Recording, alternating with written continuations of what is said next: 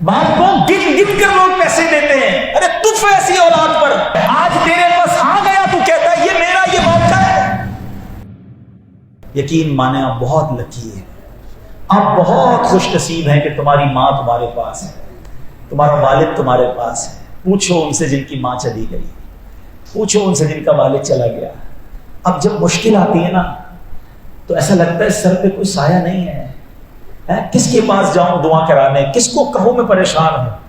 بندے کو بڑی تنہائی فیل ہوتی ہے، خاص طور پہ غم میں اور خاص طور پہ خوشی میں، کیونکہ جب کوئی بڑی خوشی ملتی تھی تو بھی ماں کے پاس جا کر دعائیں لیتے تھے، ماں اور دعائیں دیتی تھی، والد کو بتاتے تھے، وہ خوش ہوتا تھا۔ یہ ماں باپ بھی کمال لوگ ہیں، ہماری خوشی میں خوش ہوتے ہیں، حسد نہیں کرتے۔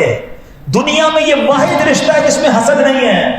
باپ چاہتا ہے کہ میرا بیٹا مجھ سے زیادہ ترقی کرے، دنیا میں کوئی نہیں چاہتا کہ مجھ سے آگے کوئی نکل جائے۔ ماں چاہتی ہے کہ میری اولاد مجھ سے زیادہ خوش رہے۔ یہ کمال رشتہ ہے، بے لوث رشتہ ہے۔ خوشی میں جاتے تھے تو دعائیں دیتے تھے، غم میں جاتے تھے تو تسلی دیتے تھے۔ اب کس کے کاندھے پر سر رکھ کر بات کریں، اب کس کی گود میں سر رکھ کر دعائیں لیں؟ نہیں ہمارے پاس ماں باپ، مگر میرے وہ بچوں جن کے ماں باپ ہیں، خدا را ان کی قدر کر لو، ان کو ٹائم دو، ان کے پاس بیٹھا کرو، یہ تمہیں لمحے زندگی بھر یاد آئیں گے۔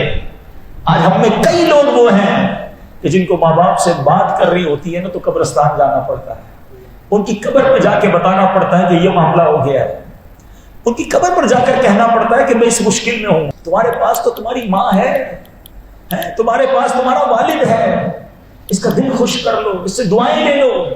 حدیث پاک میں آتا ہے جو بچہ اپنے ماں باپ کو محبت کی نگاہ سے دیکھتا ہے اللہ اسے مقبول حج کا ثواب عطا فرماتا ہے۔ صحابی رسول نے عرض کی وَإِن نَظَرَ كُلُّ يَوْمٍ مِئَةَ مَرَّةٍ، حضور کوئی 100 بار دیکھ لے، اللہ کے حبیب فرماتے ہیں کوئی 100 بار دیکھ لے اللہ 100 حج کا ثواب عطا فرماتا ہے۔ اللہ اکبر و اطیب، حدیث کا مضمون ہے اللہ 100 حج کا ثواب عطا فرماتا ہے۔ اب ذرا غور سے سننا، محبت سے دیکھنے پر حج کا ثواب ہے، سچ بتاؤ خدمت کرنے کا ثواب کیا ہوگا؟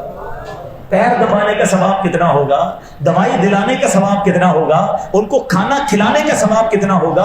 ان کی ویل چیئر چلانے کا ثواب کتنا ہوگا؟ ارے آقا نے تو محبت سے دیکھنے پر حج کا ثواب عطا فرمایا ہے۔ جو خدمت گار ہوگا اس کو تو وارے نہیں آرے ہو جائے، نہیں کرتے خدمت، نہیں ہے ٹائم۔ ماں باپ کو کہتے میرے پر ٹائم نہیں، میں دوستوں میں جا رہا ہوں، اپنا کام خود کر لو۔ ایک اور بات بتاؤں، خوش نصیب بچہ پتہ کون ہے؟ کہ جس کے ماں باپ نے اس کو خدمت کا موقع دیا ہے۔ واللہ تمہارے ماں باپ بوڑھے ہو گئے اور اب اس کیفیت میں آ گئے ہیں کہ ان کو تمہاری خدمت چاہیے، تمہارے پیسے چاہیے، تم سے کوئی ہیلپ چاہیے، واللہ تمہارے بھاگ جاگ گئے ہیں، تمہارے نصیب جاگ گئے ہیں، کیونکہ کئی ماں باپ ایسے ہیں جو خدمت لینے سے پہلے ہی دنیا سے چلے گئے، بچوں کی خدمت کرتے کرتے ہی خود چلے گئے۔ ارے بچوں کو تو موقع ہی نہیں دیا خدمت کرنے کا۔ اگر آج تمہیں موقع ملا ہے تو دیکھو اس سے جی نہ چرانا۔ آج اللہ نے تمہیں سمجھ لو تمہارے گناہوں کے کفارے کا موقع آ گیا ہے، مگر آج اولاد کہتی ہے یہ میرے پیسے ہیں، یہ آپ کے ہیں، ابو میں نے کمائے، آپ نے کیا کیا ہے؟ باپ کو گن گن کر لوگ پیسے دیتے ہیں، ارے تف ایسی اولاد پر۔ اگر میرا اور آپ کا والد بھی جب ہم پیدا ہوتے اور کہہ دیتا کہ تیرے یہ ہیں یہ میرے ہیں، ہم تو بے لباس ہی رہ جاتے نا، ننگے پیدا ہوئے تھے، کپڑے بھی نہیں تھے جسم پر۔ کس نے پہنائے کپڑے؟ ہمارے ماں باپ نے پہنائے۔ کس نے کھلایا کھانا؟ ہمارے ماں باپ نے۔ ارے ایک ایک قدم چل کر انہوں نے ہمیں بڑا کیا۔